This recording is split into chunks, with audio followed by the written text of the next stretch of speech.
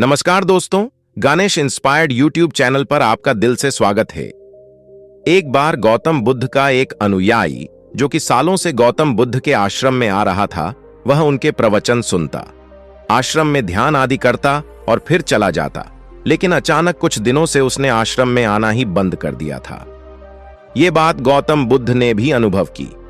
एक दिन जब गौतम बुद्ध उस गांव से भिक्षा मांगकर वापस लौट रहे थे तो रास्ते में उस अनुयायी का घर भी पड़ा।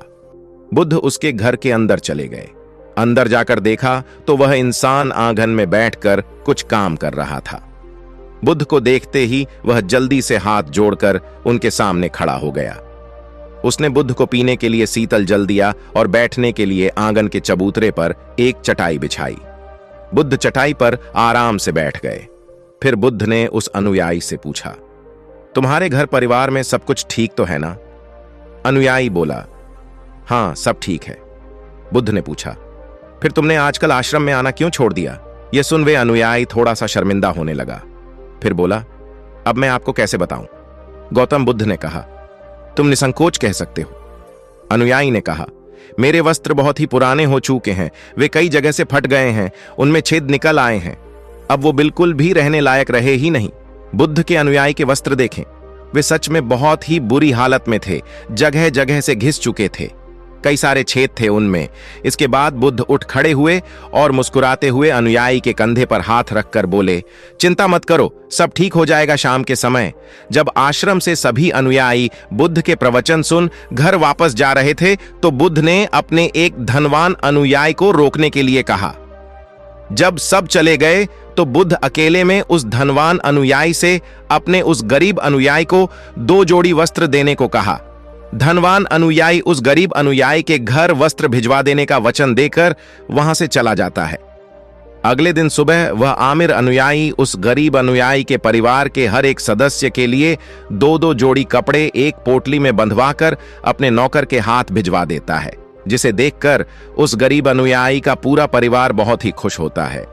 अगले दिन जब वह गरीब अनुयायी दोबारा से बुद्ध के आश्रम उनके प्रवचन सुनने आता है तो अंत में जाते समय बुद्ध उस अनुयायी को रोककर उससे पूछते हैं, क्या अब तुम अपने नए वस्त्रों में आराम से हो? तुम्हें और कुछ तो नहीं चाहिए? अनुयायी ने कहा, पहले तो आपका बहुत बहुत आभार, मैं इन कपड़ों में बिल्कुल आराम से हूं और मुझे अब और कुछ नहीं चाहिए। बुद्ध ने आगे पूछा, अब जबकि तुम्हें नए वस्त्र प्राप्त हो चुके हैं तो तुमने अपने पुराने वस्त्रों का क्या किया? अनुयायी ने कहा, हमारा परिवार अब से उन्हें बिस्तर में बिछाने और ओढ़ने के काम मिलेगा, अब हम उन्हें उड़ने की तरह उपयोग में लेंगे। बुद्ध ने कहा, फिर तुमने अपनी पुरानी का क्या किया? अनुयायी ने कहा, बुद्ध मैंने उसे अपने घर की खिड़कियों में पर्दे की तरह लगा दिया है।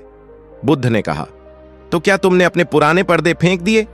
अनुयायी बोला, नहीं, अब मैं उन पर्दों के छोटे छोटे टुकड़े करके उनका उपयोग रसोई में गर्म बर्तनों को उतारने और पकड़ने के लिए कर रहा हूं। बुद्ध ने पूछा, तो फिर तुमने रसोई के पुराने कपड़ों का क्या किया? अनुयायी ने कहा, अब मैं उनका उपयोग घर में पोंछा लगाने के लिए करूंगा। बुद्ध ने कहा, तो फिर तुम्हारे पुराने पोंछे का क्या हुआ? अनुयायी ने कहा, बुद्ध, वो पुराना पोंछा इतना तार तार हो चुका था कि अब उसका कुछ भी नहीं किया जा सकता था, इसलिए मैंने उस पोछे से एक एक धागा अलग करके दिए के लिए बातें बना ली। उन्हीं में से कुछ बाटियां मैंने आश्रम में दान कर दी है, जो अब आज रात से आपके कक्ष में प्रकाशित होंगी। ये सुन बुद्ध अनुयायी से संतुष्ट हो गए। वे इस बात से बहुत खुश थे कि उनका शिष्य वस्तुओं को बर्बाद नहीं करता, बल्कि उनका सही से उपयोग करना जानता है। गौतम बुद्ध हमेशा अपने शिष्यों को बहुत ही कम चीजों के साथ जीवन निर्वाह करने की शिक्षा देते थे।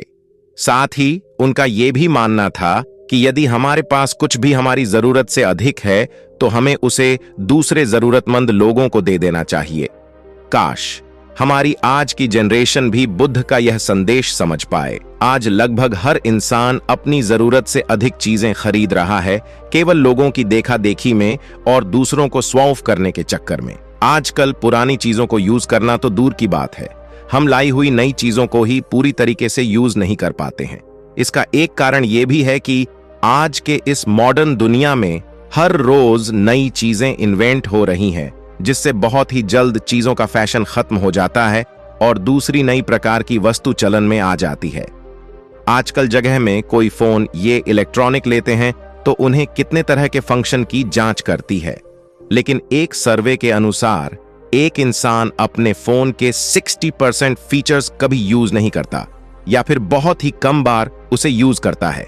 यानी कि अगर वो फीचर्स ना भी होते तब भी उस इंसान का काम रुकने वाला नहीं था। और ये तो है चीजों की बात, लेकिन समझदारी से यूज करने की सबसे ज्यादा जरूरत हमारे प्राकृतिक संसाधनों जैसे पेट्रोलियम, नेचुरल गैस और कुछ बहुत ही महत्वपूर्ण चीजें जैसे पानी और बिजली को है। आज जब प्राकृतिक संसाधन दिन प्रतिदिन खत्म होते जा रहे हैं तो ऐसे में हमें भी पूरा प्रयास करना चाहिए कि चीजें कम से कम बर्बाद करें और अपने छोटे छोटे प्रयत्नों से इस पृथ्वी को सुरक्षित बना के रखें। बाकी आपको यह कहानी अच्छी लगी हो तो इस वीडियो लाइक करें और अपने दोस्तों के साथ शेयर करें। धन्यवाद।